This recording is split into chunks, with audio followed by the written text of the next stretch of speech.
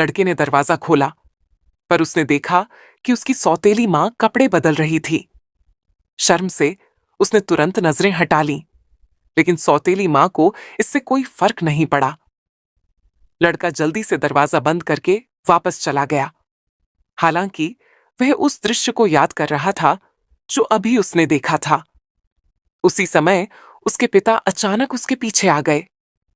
10 साल के बाद दोनों मिले थे, लेकिन उनके रिश्ते में वही गर्मजोशी थी।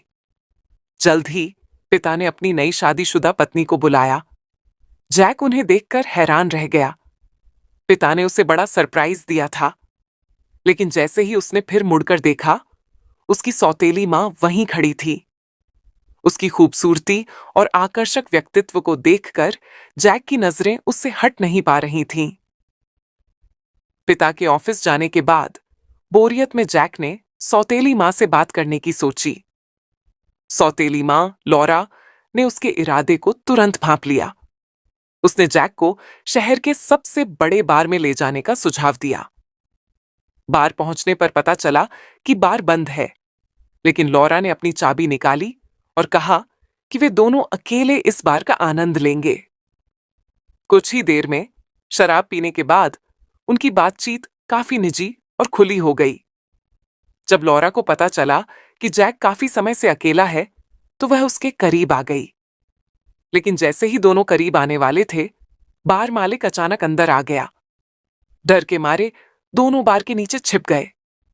मालिक सिर्फ यह देखने आया था कि उसने लाइट बंद की है या नहीं। उस घटना के बाद दोनों और करीब आ गए और उनके बीच एक रिश्ता पनपने लगा। जैक जानता था कि यह सब गलत है, लेकिन वह खुद को रोक नहीं पा रहा था।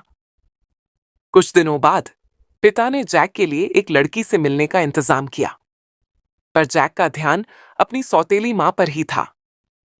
पिता नाराज होकर कमरे से चले गए। रात में जैक ने अपनी सौतेली मां से कहा कि वह इस घर से जाना चाहता है, क्योंकि अगर वे ऐसा करते रहे तो उनकी हरकतें एक दिन उजागर हो जाएंगी। लेकिन लॉरा को कोई परवाह नहीं थी। उसने कहा, हम एक ही परिवार हैं, पता चल भी गया तो क्या होगा।